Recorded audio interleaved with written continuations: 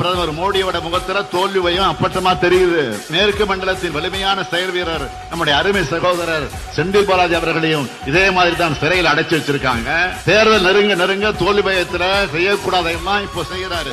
நான் இன்னைக்கு சொல்றேன் சார், நான் எங்க நிர்வாகிகள் எல்லாம் சேர்ந்து சொல்றோம். இனி கோவை மாவட்டம் எப்பொழுதுமே முதலமைச்சர் தளபதியுடைய கோட்டை. அது வரக்கூடிய தேர்தலில் நீங்களே பாப்பீங்க. ஜெயில இருந்து செந்தில் பாலாஜி அவர்கள் டெய்லி போன்ல பேசுறாரு. டிஆர்பி ராஜாக்கு அவர் தான் கதை திரைக்கதை வசனம் எழுதி கொடுத்துட்டு இருக்காரு. இதை செய்ய அதை செய்யணும். டிஆர்பி ராஜா அவர் சொன்னதை இங்க செஞ்சுக்கிட்டு இருக்காரு. அந்த பாயா இருக்கணும்டா. ஆக்க பொறுத்த சாமி ஆற பொறுக்கலாம்ல.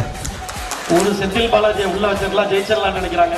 நான் கரூர் வந்து பார்த்ததுக்கு அப்புறம் தான் தெரியுது இங்க இருக்க திமுக தாண்டா ஒவ்வொருத்தரும் செந்தில் பாலாஜி எத்தனை பேரை போய் உள்ள வைப்பாங்க.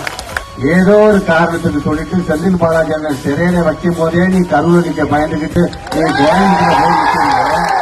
இன்றைக்கு அந்த பயம் உனக்கு இருக்கணும். அந்த பயம் தான் எங்களுக்கான மிகப்பெரிய வெற்றியாக அமைய போகிறது. முத்தமிழ் கலைஞருடைய ஆசையை பெற்ற, கழகத் தலைவருடைய அன்பை பெற்ற, ஆதரவை பெற்ற இந்த மண்ணின் மைந்தன் அண்ணன் திரு செந்தில் பாலாஜி அவருடைய ஆதரவை பெற்ற நம்முடைய